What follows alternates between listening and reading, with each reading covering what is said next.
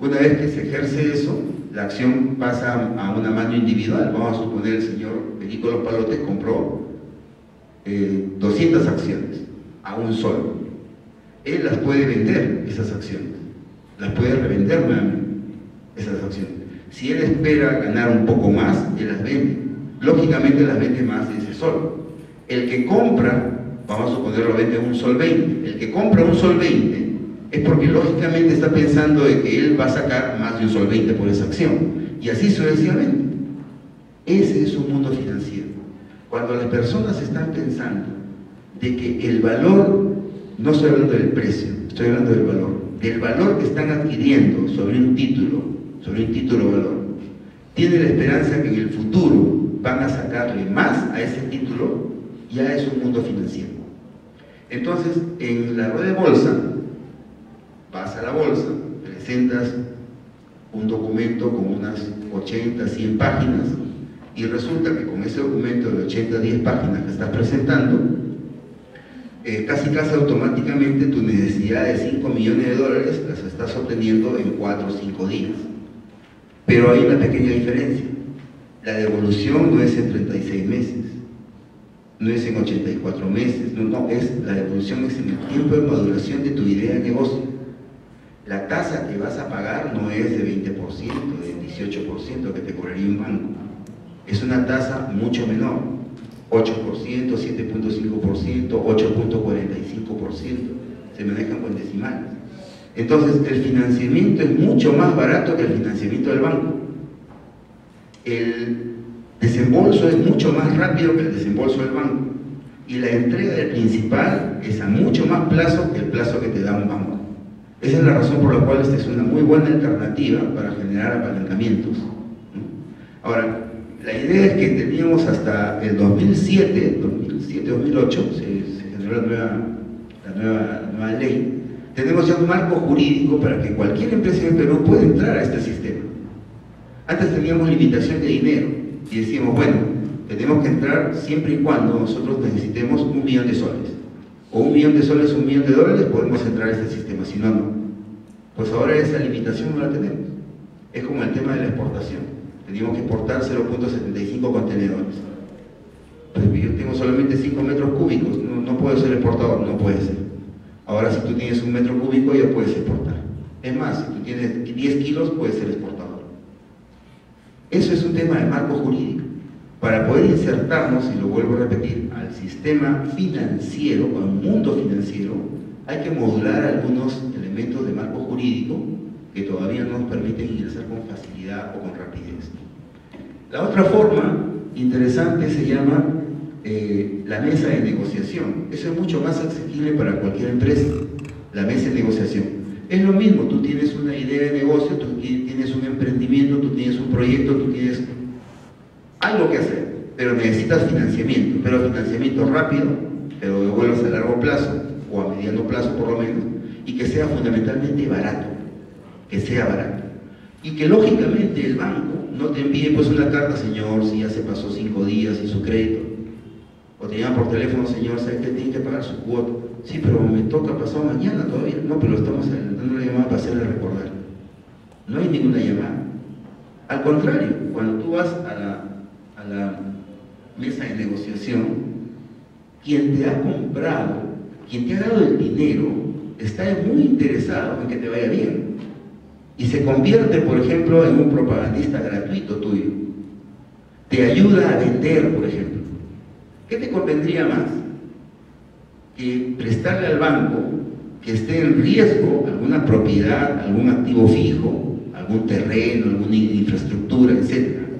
Y que de repente el mercado no sea propicio para tu producto o para el capital de trabajo de la cantidad de producto que sacas al mercado, has sacado muy poco producto, o quizás necesitas invertir más en tecnología y el mercado no acepta ese producto y resulta que cae tu flujo de caja y el banco no queda otra que rematarte. Acá es un poco diferente. Quien se ha comprometido contigo está interesado en que te vaya bien, no solamente para rentabilizar su inversión y rescatarla, sino porque quiere continuidad. Normalmente las personas jurídicas que entran en el tema de la mesa de negociación requieren continuidad y no hay más negocio. y no hay más para invertir, ¿por qué pides 1 millón solamente? ¿No podría ser 1,5 millones? Esas preguntas no te las hace el banco. El banco normalmente estamos un poco acostumbrados a que le pides 1 millón y te dice, bueno, hablemos de 500, y tú le dices 750. Cuando eso está contrapuesto a cualquier tema técnico respecto a la evaluación de un proyecto, porque la evaluación del proyecto necesita esta inversión I, no más I ni menos I, sino I de inversión, nada más. Acá es un poco diferente. Normalmente esto últimamente, cuando digo últimamente es el último año y medio más o menos, se hace por invitación. Tú invitas a algunas personas que ya son conocidas en el ambiente financiero que invierten, algunos son inversionistas, otros son inversores. Invitas a la exposición de tu proyecto, expones tu proyecto y dices, yo voy a dejar 1000 garantías, que son las acciones de este proyecto, no las acciones de mi empresa, las acciones del proyecto. Esas acciones del proyecto están titulizadas, están con título de valor. Entonces, fíjate cómo tu idea de negocio es una idea, tu idea de negocio se convierte en un título de valor. Hasta ahí es algo revolucionario. ¿Por qué? Porque, por ejemplo, ¿qué otro título de valor conocemos? Un título de valor por ahí, una letra de cambio, un cheque, es un título. Un billete de 200 soles, ¿qué te parece? Es un título de valor. Muy bien. Piensa en una idea cualquiera que genere valor a futuro, ¿correcto? Que genere. Vamos a suponer que tu idea genera 400 soles a futuro. Yo estoy interesado en esos 400 soles y te digo, dame tu idea y te doy 200 soles. ¿Qué te parece? Y tú me dices, ya, hacemos toda la documentación. Yo me espero el tiempo que tú no quieres esperar y yo me llevo los 400 soles. Pero te di, a valor de hoy, 200 soles. ¿No te parece interesante eso? Así se están haciendo grandes proyectos. No tienen nada. Un centro comercial que está en un terreno que todavía no lo terminan de pagar. Ponen un trípode, hacen la primera piedra, se toman la foto y el banco les da 48 millones y algo en 5 días. El Citibank a los promotores. Y la construcción no arranca todavía, pero todo está listo ya. Todo está planificado a los 40 años que dice el plan de negocios. Y tiene sus riesgos y tiene todo. Eso lo vamos a ver con detenimiento si hay tiempo. Entonces, en mesa de negociación es una parte chiquitita de lo que acabo de mencionar en grande. Es una cosa muy pequeñita. Tienes un pequeño proyecto. ¿Cuál es tu pequeño proyecto? Necesitas, vamos a suponer, 200.000 soles para capital de trabajo para tu negocio. Vamos a suponer necesitas 100.000 soles. Necesitas hasta 50.000 soles. Las mesas de negociación empezaron con casi 1 millón de soles. Y la gente decía, si no vas por 1 millón de soles, mejor no vayas. Porque igual son los costos para 1 millón que para 100.000. Ahora las mesas están por 50, 60, 70.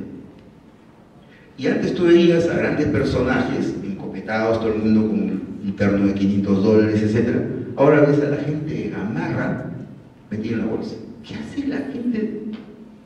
Para que te hagas una idea.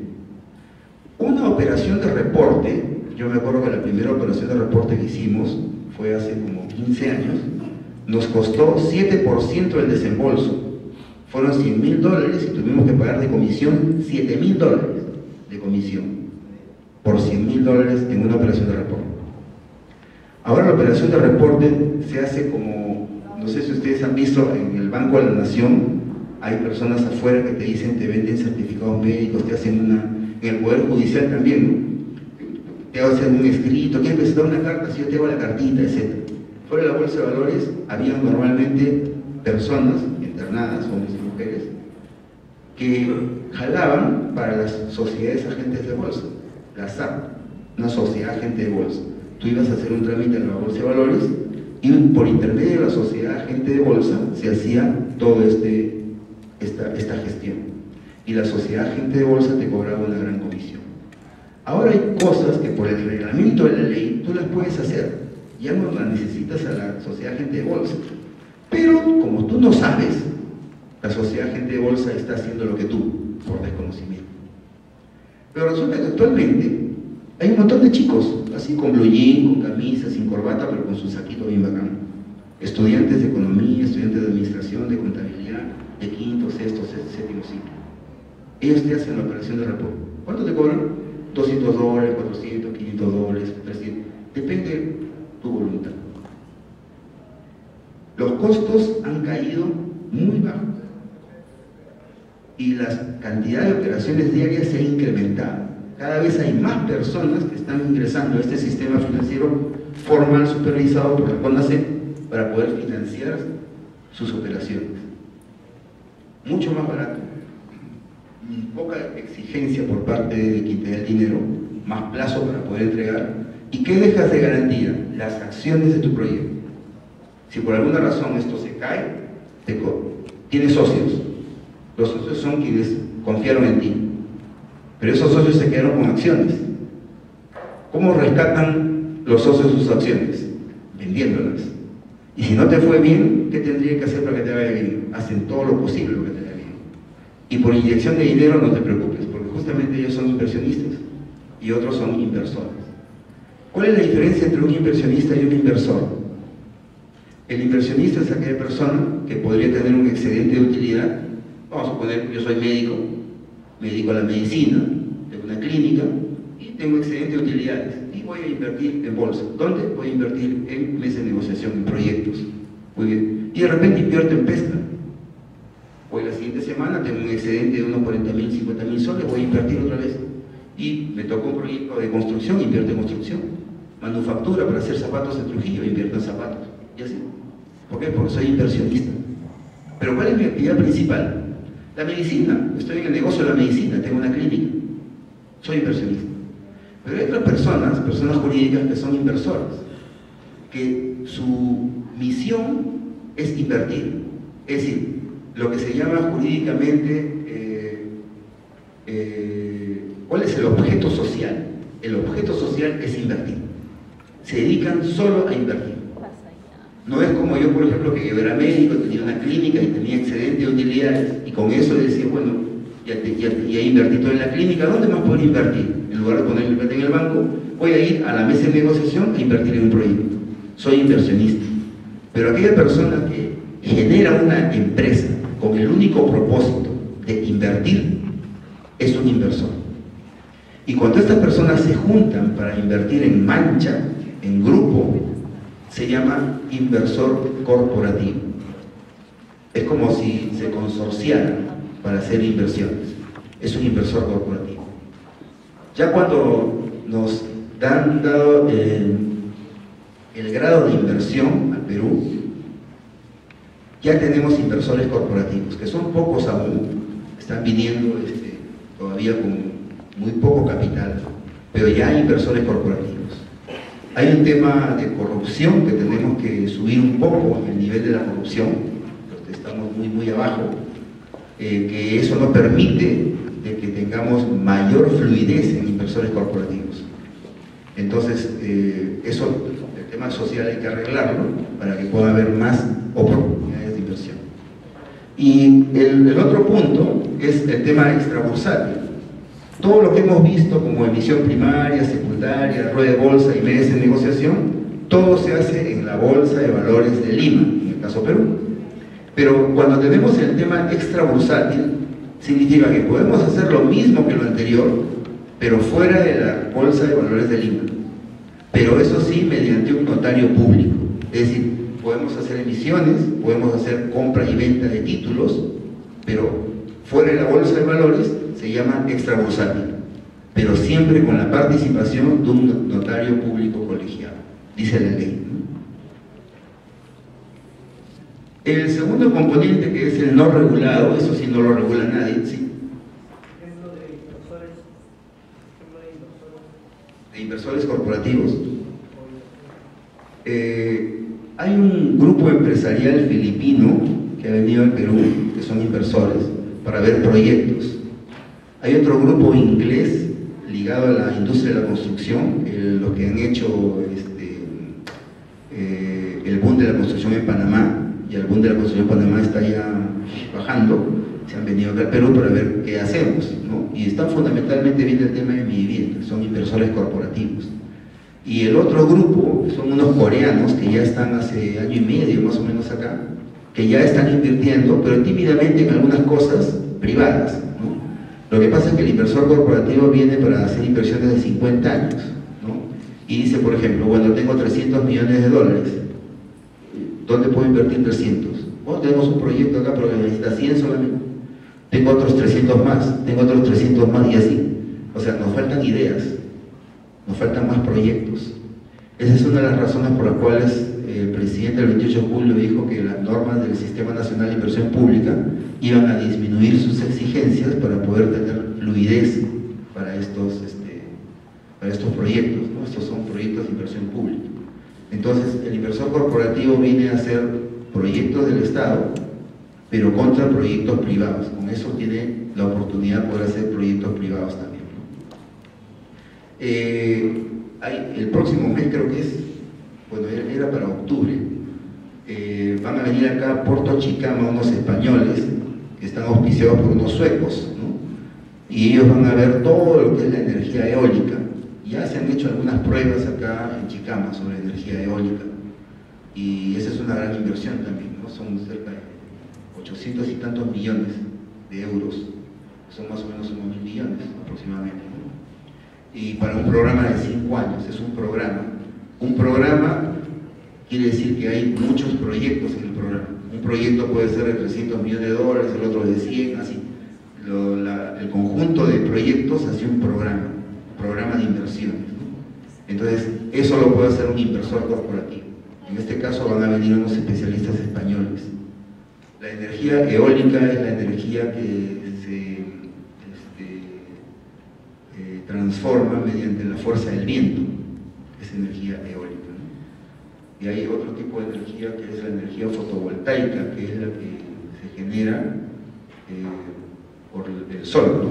Por la luz y por el sol. Esta es una energía eólica. Bueno, en el sistema no regulado tenemos la banca paralela, la banca informal, los panderos, los agiotistas y usureros. ¿Qué es la banca paralela? La banca paralela es aquella persona jurídica que está formalizada, paga sus impuestos, que hace operaciones de banco, pero no son banco, pero hacen operaciones de banco, pero sin ser banco. Es decir, por ejemplo, dan financiamiento, te otorgan un servicio de deuda, te otorgan un servicio de deuda cual banco, sin serlo. Pero por exigencias del mercado es necesaria la banca paralela. Por ejemplo, aquellas financieras que trabajan en los emporios comerciales y te financian con garantías, igual que un banco, igualito. Hacen inclusive un bloqueo registral en el registro público de Lima o acá de Libertad. Hacen una hipoteca, te generan pago con pagaré, etc. Ponen el logotipo, conforme un banco, igual. Es decir, si entraría, vamos a suponer, la SBS a poder auscultarlas, a poder regularlas, tendrían toda la documentación, pero no son bancos. No son bancos. Lógicamente, las tasas en estos sistemas son mucho más altas, porque los riesgos también son altos. Hay una correspondencia bionívoca entre la tasa de cobranza, que es la tasa activa sobre un préstamo, y el riesgo. Si el riesgo es más alto, la tasa lógicamente es más alta de cobranza. Si el riesgo es más bajo, la tasa lógicamente es más baja, ¿no? Ese tema lo vamos a ver cuando veamos el tema de costo de capital, cuánto cuesta el dinero. Tenemos también la banca informal. La banca informal es como la banca paralela, pero que no está formalizada. Hace trabajos de banco, pero no está formalizada. Por ejemplo, un cambista, alguien que cambia dólares, ¿no? ¿Es necesario el cambista? Es necesario el cambista. Es tan necesario que el sistema de información financiera sabe que existen los cambistas. Es decir, tenemos normas inclusive para que esos cambistas se erradicaron de las calles, pero ¿nos conviene erradicar a los cambistas? No nos conviene. Es como el narcotráfico, ¿no? ¿El sistema financiero nacional sabe que hay narcotráfico? Sí sabe. Sabe que entre el 7 y el 11% de la masa corriente, dinero, es por el narcotráfico. Sí sabe. Pero es necesario, es necesario. Hay una parte de masa monetaria que se mueve mucho por ahí y que lógicamente no contabiliza gastos financieros y tampoco no hace encaje bancario, ¿correcto? Pero es necesario porque es masa monetaria que entra al sistema financiero, ¿no? Es como en Estados Unidos, por ejemplo, que hay mucho ilegal, ¿no? El Estado norteamericano sabe que es ilegal, sabe que es ilegal, pero lo necesitan los ilegales. Hay una ley que erradica todos, hay una ley, hay hasta dos, pero lo necesitan o lo necesitan, siguen ahí. Igual es con la contabilidad del Estado. La contabilidad del Estado tiene dinero de plástico, dinero falso, dinero de fuera, dinero del narcotráfico, lavado de activos, etc., pero todo está contabilizado. Una parte se la lleva la banca informal, los que hacen banco pero no están formalizados y no pagan impuestos tampoco. Luego tenemos los panderos, los agiotistas y sudreros, ya es algo ya que conocemos un poco más, ¿no? Aquellos que tienen una gran cantidad de garantías, nos cobran una tasa muy alta y la cobranza son periodos muy cortos, te pueden cobrar hasta diariamente, ¿no? Puedes pagar diariamente. La capitalización diaria eleva la tasa económica muy arriba, ¿no? Entonces así trabajan los agiotistas y los usureros. Y los panderos, ya todos conocemos también los panderos, cómo trabajan los panderos, como si fuera un ahorro, ¿no? Pero que es informal y no lo regula nadie. Pandero lo puedes hacer inclusive en tu casa, ¿no? Pero sin embargo hay empresas de panderos, hay empresas que hacen también panderos, ¿no? Y que tienen una regulación por el Ministerio de Economía, pero no por la Superintendencia.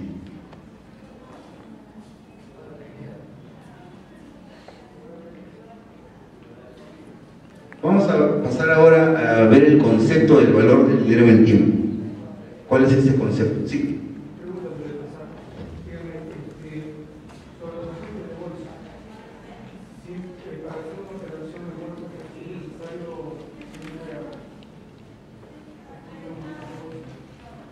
Si para invertir en bolsa es necesario ir a una sociedad agente de bolsa. Normalmente sí, si nosotros no conocemos muy bien el marco jurídico, sería más conveniente hacerlo por intermedio de una sociedad agente de bolsa, ¿no? Es por ejemplo cuando, en todo, ¿no? Por ejemplo, es la primera vez que voy a hacer un trámite en el Poder Judicial en Lima. ¿Es necesario que vaya con un asesor? Como sí es necesario, porque no conozco muy bien. Pero la segunda, tercera, el cuarto juicio yo voy solo. Ya me sé la ley, ¿no? Igual, para exportar es necesario que tú utilices un operador logístico, claro que es necesario, pero ya la cuarta exportación ya te va solo, ¿no? Igual acá, si no conocemos sobre todo el marco jurídico, nos sale muy caro eso, ¿no? Pero como dije, la Bolsa de Valores de Lima tiene muchas facilidades. Ahora hay otra facilidad adicional, todo es en español. Hace unos 15 años más o menos todo era en inglés. Es una cosa loca porque no entiendo si todos hablamos español porque tendría que hacer esto en inglés, ¿no? Esto en inglés. Entonces, no tenías un contrato, tenías un agreement. No tenías un acuerdo, tenías un agreement. No tenías un contrato, tenías un contract. Y así, todo en inglés. Ahora todo es en español, ¿no? Y es tan sencillo que inclusive los términos de referencia se han reducido al mínimo, ¿no? Términos de referencia son 6, 7, 8 y se acabó. Antes eran como 30. En el tema de impuestos nada más tenemos un pequeño bache, ¿no? Porque tenemos que pagar impuesto a la renta sobre las utilidades en bolsa. Estas pueden ser reiterativas hasta inclusive diarias y sobre eso tenemos que grabar, digamos, impuesto a la renta. Bien. ¿Cuál es el concepto del valor del dinero en el tiempo? Ahí hay algunas fórmulas financieras que dan cuenta del concepto, pero en términos prácticos, ¿qué sería el valor del dinero en el tiempo? El concepto es el siguiente: financieramente mi dinero, cada vez que pase el tiempo, vale menos, no estoy diciendo que cuesta menos, estoy diciendo vale menos, ¿no? Y aquí sería conveniente ver hay un eslogan de un periódico que dice cuesta un sol, creo, vale mucho más, ¿no? Algo así creo que es, ¿no? Cuesta un sol, vale mucho más. El precio es diferente al valor. Una cosa es el precio y otra cosa es el valor. Cuando estamos hablando de precio, casi en definitiva estamos hablando de economía. Cuando estamos hablando de valor, fundamentalmente estamos hablando de finanzas, ¿correcto? Es una cosa diferente. Y el propósito es otro también, es distinto, ¿no? Por ejemplo, vamos a suponer que, no sé, pues, a ver, ¿con qué ejemplo podemos hacerlo más objetivo? Vamos a suponer que estamos acá en Trujillo y el señor me quiere vender su casaca y me dice, le vendo mi casaca.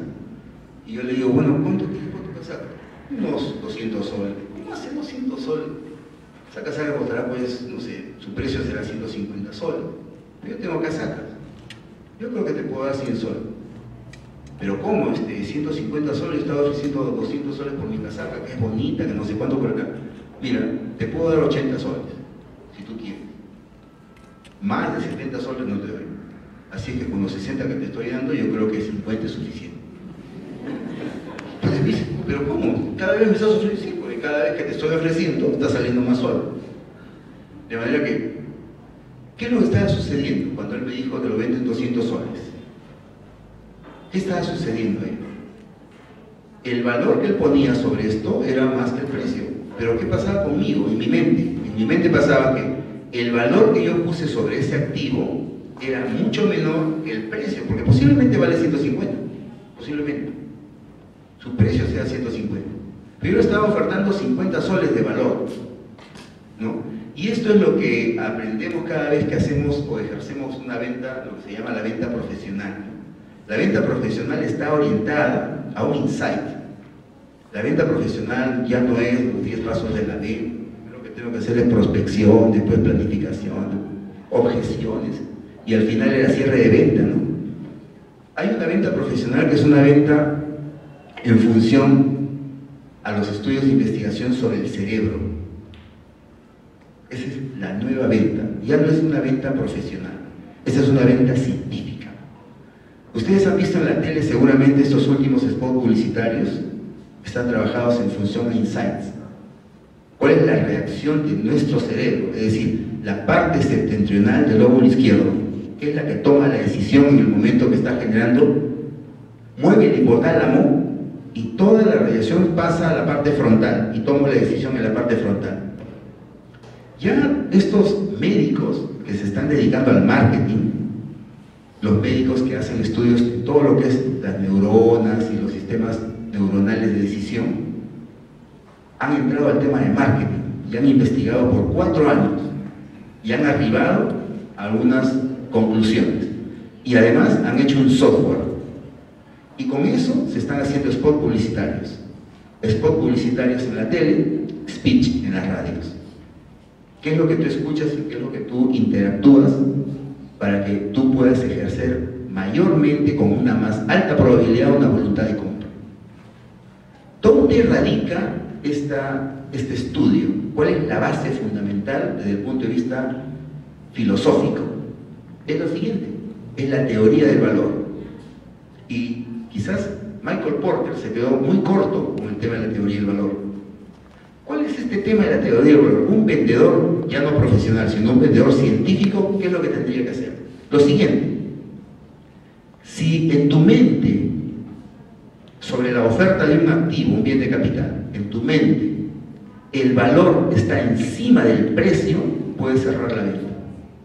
Si el valor está debajo del precio, no cierras la venta. Al contrario, si intentas cerrar la venta, se genera tácita animadversión sobre la acción de oferta. Lo que significa que el que oferte ese producto ya tiene que ser otra persona, no tú, otro. ¿Cuál es la razón que estas grandes corporaciones intentan un vendedor? Nada, cambia de vendedor. Este vendedor regresa nuevamente, nunca más lo vuelve. Mientras a nosotros no, dice, no, es que sigue visitándolo, ¿no? Esa es la forma un poco tradicional, ex profesional, etc. Pero ahora es un poco distinto. Si en tu mente está el valor sobre este producto que se estamos ofertando, está encima del precio, compras. Si está debajo del precio, ¿dónde está lo interesante de esta propuesta? ¿Cómo hacer para que generes en la mente de tu prospecto la idea de valor sobre el precio, para que puedas cerrar? La investigación científica dice que el 18% de las personas que generaron en su mente el valor sobre el precio, solitas fueron a comprar. 18%, estamos hablando que casi la quinta parte de las personas que les generaron valor encima del precio, compraron por su cuenta. Compraron. Ya no lo fueron a visitar, no compraron simplemente, estaban convencidos. Y el otro tema subjetivo es el tema de la diferencia moderna que hay entre persuadir y convencer. ¿Qué es persuadir y qué es convencer? Hay una diferencia clara. Desde el punto de vista comercial, es decir, desde el punto de vista de las ventas, es diferente. Es como economía y finanzas. Tú tomas una decisión. Esta decisión es mover la silla. Chequea, mover la silla. Lo voy a mover de acá para acá. ¿Esa decisión la tomo desde el punto de vista económico o desde el punto de vista financiero? De dos formas. Converso con la señorita. ¿La persuado o la convenzo? De la misma forma. Y estoy haciendo lo mismo, estoy generando una conversación. Pero yo puedo hacerlo desde el punto de vista de la persuasión o desde el punto de vista del convencimiento, porque tienen propósitos diferentes desde el punto de vista mental. De esa forma, cuando nosotros estamos viendo estos temas financieros, tiene mucho que ver la parte conceptual o filosófica. Y esta radica justamente en el concepto del valor del dinero y el tiempo. ¿Cuál es ese concepto? El concepto es que mi dinero vale menos cada vez que pasa el tiempo. Vale menos. Yo tengo 100 soles ahora. Si mañana tengo 100 soles económicamente hablando. Pero financieramente hablando tengo menos de 100 soles. Pasado mañana saco los 100 soles. Económicamente tengo 100 soles. Pero financieramente menos de los 100 soles de ayer inclusive. ¿Correcto? ¿Eso qué significa? Significa que si yo tengo dinero en el bolsillo y no lo muevo para nada, económicamente tengo lo mismo, pero en un mundo económico. Pero financieramente tengo menos. Yo tendría que mover ese dinero de tal manera para que restituya la depreciación, entre comillas, que tiene por la desvalorización de este concepto, del valor del dinero en el tiempo. Por ejemplo, vamos a hacer algo práctico, vamos a hacer una hoja de cálculo acá para chequear cómo funciona esto.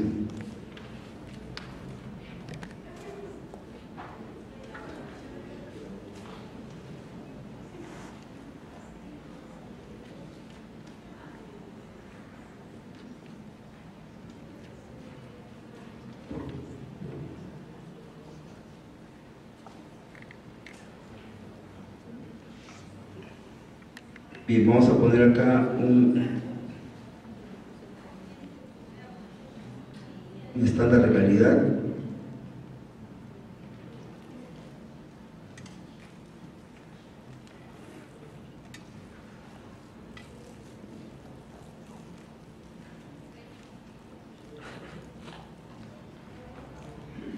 Vamos a suponer que ahora tengo, no sé, unos 100 soles. 100 soles tengo ahora, ¿correcto? 100 soles. Y el costo de mi capital, vamos a suponer que es el costo de mi capital y es el 10%. 10%, ya está.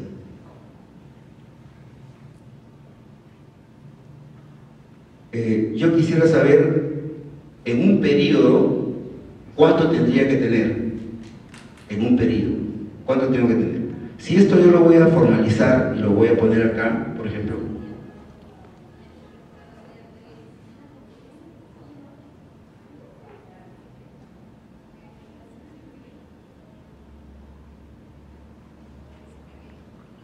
estos periodos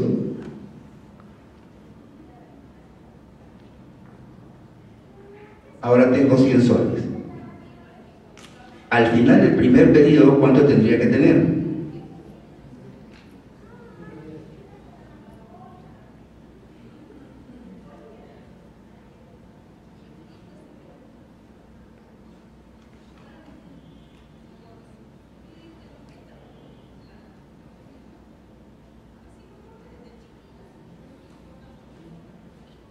$110.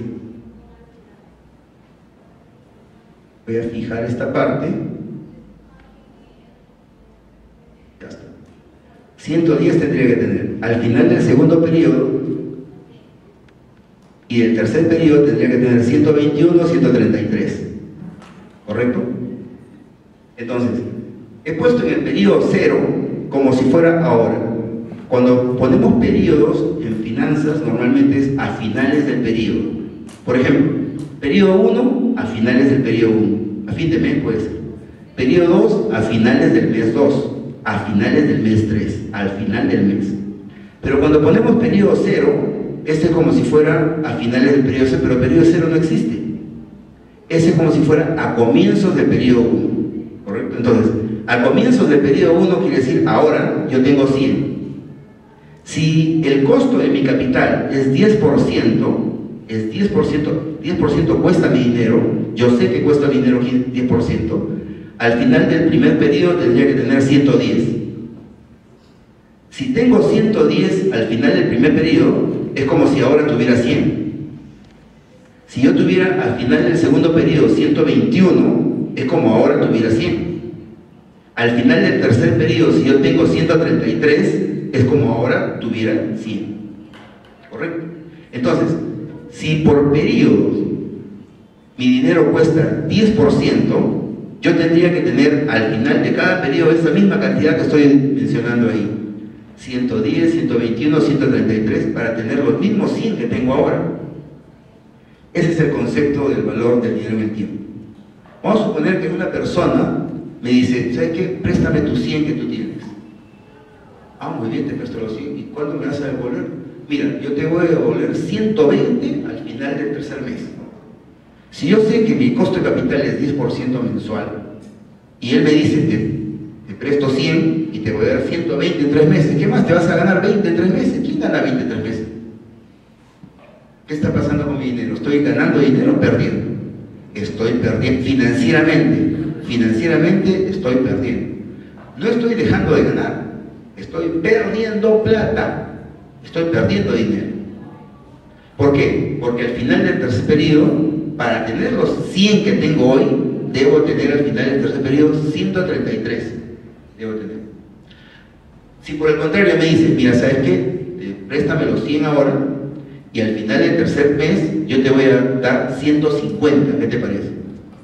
50 más te voy a dar. Tú me das 100 y yo te voy a dar 150. 50%. ¿Cuánto estoy ganando? ¿50 soles?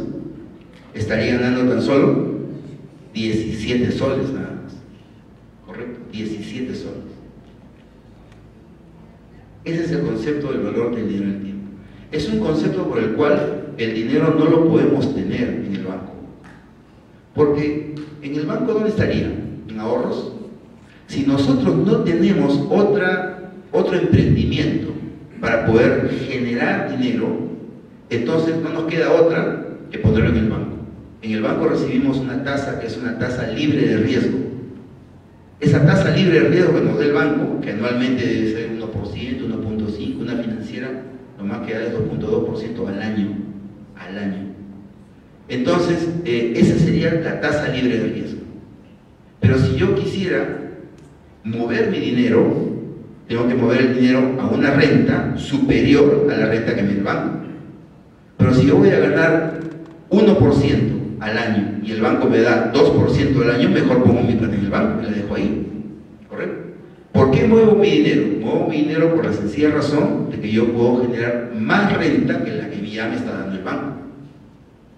Pero si tengo, por ejemplo, un negocio y mi negocio rinde 10% rinde mi negocio, y en mi negocio cada 100 soles, el tercer mes debo tener, para conservar los 100 soles de hoy, 133 debo tener, ¿correcto? Si alguien me dice, quiero prestarte plata, préstame los 100 y te devuelvo 133, tendría que ser mi papá, mi mamá, mi hermano, porque no le voy a ganar nada.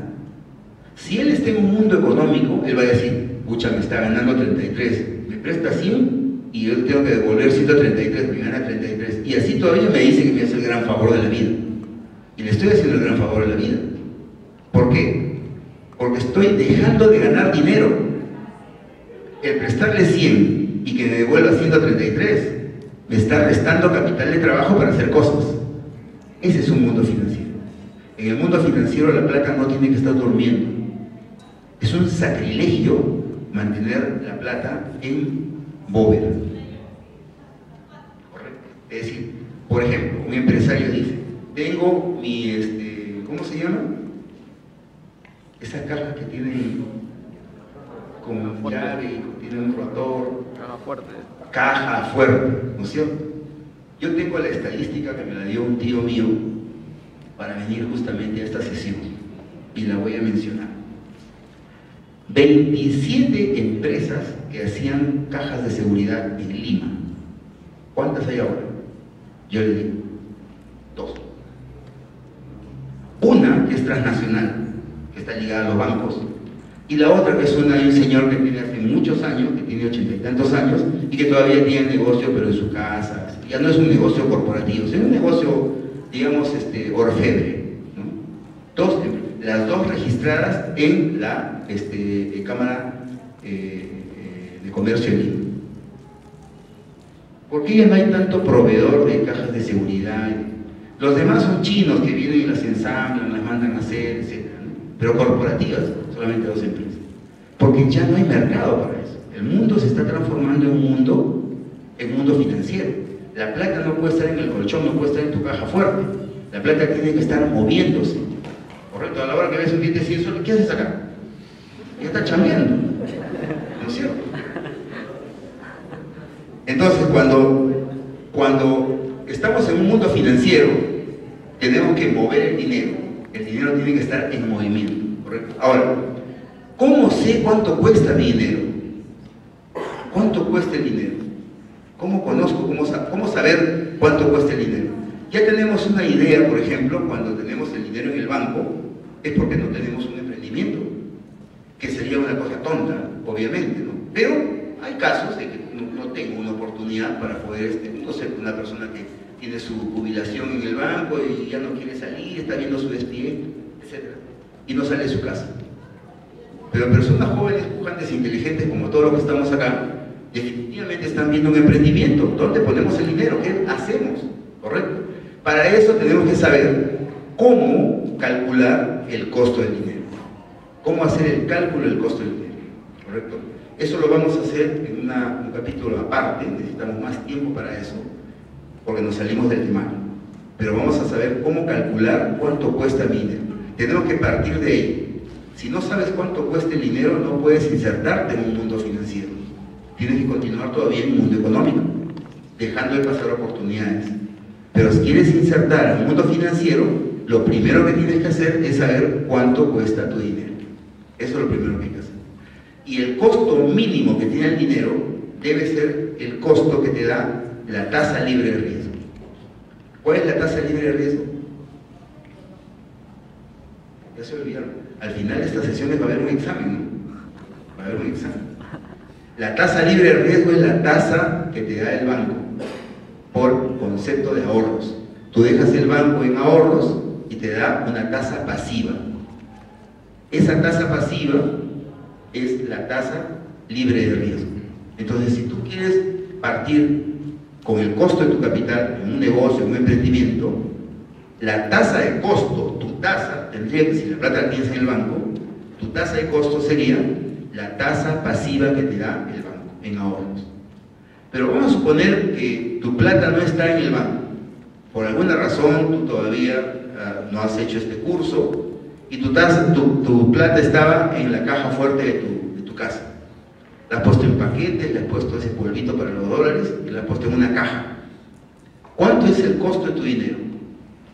¿Cuánto cuesta ese dinero? Económicamente, tenías la cantidad que tú cuentas los títulos valor, pero financieramente está perdiéndose el dinero cada vez, financieramente. En cuyo caso tu costo es 0, es nada, no tienes costo. Si es que la plata tú la tenías en el banco y el banco te da 2% al año, ¿cuánto es el costo de tu dinero? El costo de tu dinero sería 2% al año. Es tasa libre de riesgo. Si entras en un negocio y te dicen, mira, ¿sabes qué? ¿Cuánto tienes de plata? Tengo ahí $40.000. ¿Y cuánto te está dando el banco por esos $40.000? Me da 2%, vamos a ver. El costo de tu dinero es 2%. Tú quieres un emprendimiento y sacas la plata, tus $40.000, y vas a emprender un negocio. ese negocio te va a dar 5% de renta, 5% de rentabilidad anual, ¿correcto? 5%. ¿Cuánto estás ganando al año en términos de tasa? 3% al año estás ganando, ¿correcto? Entonces, la tasa de rentabilidad, tú le restas la tasa de costo y te sale la tasa de utilidad. Esa tasa de utilidad se llama spread, lo voy a anotar acá.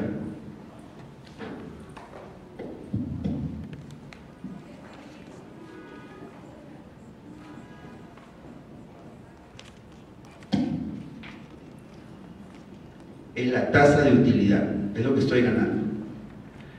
Por ejemplo, un banco, ¿cuál es la tasa de utilidad? Pues tasa de utilidad menos tasa de costo. La tasa de utilidad es la tasa que le cobran a las personas que les da préstamo. Es la tasa de colocaciones. Tú vas a un banco a pedirle plata, el banco te dice, te voy a cobrar 20%.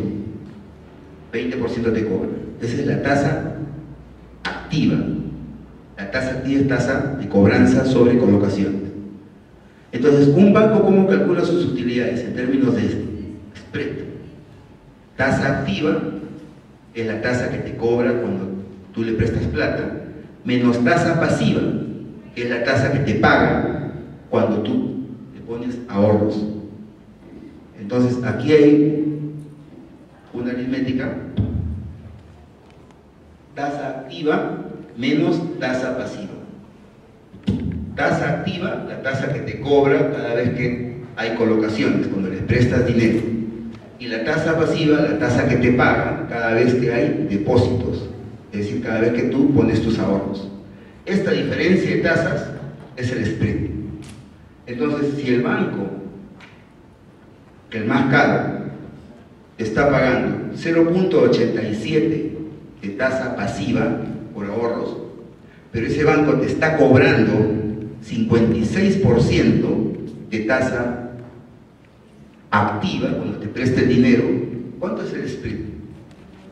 Es una barbaridad, ¿no es cierto? El banco que más paga en ahorros, que tiene captaciones muy pocas, está pagando 2 puntos y algo por ciento, pero está cobrando 110% anual. 110% anual. Entonces, el spread de los bancos puede ser bastante amplios, ¿no? Por eso sacan pues publicidad en la tele y todo eso. Muy bien. Una empresa en el mundo financiero tiene que hacer lo mismo. ¿Cuánto es su tasa activa? La tasa activa. La tasa activa será la tasa que gana, la tasa de renta. ¿Cuál es su tasa pasiva? Su tasa pasiva es la tasa de costo. Es el costo. Entonces, para una empresa, el spread será, voy a poner acá con otro color,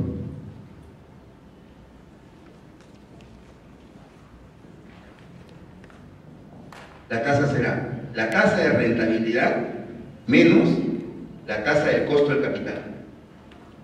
El spread de la empresa será la tasa de rentabilidad menos la tasa del costo del capital. La tasa del costo del capital lo hemos llamado como K sub 0. Después vamos a ver que hay diferentes tasas, pero fundamentalmente es como costo de capital, es como K. Entonces, cada vez que nosotros medimos cuánto es lo que ganamos, cuánto estamos ganando,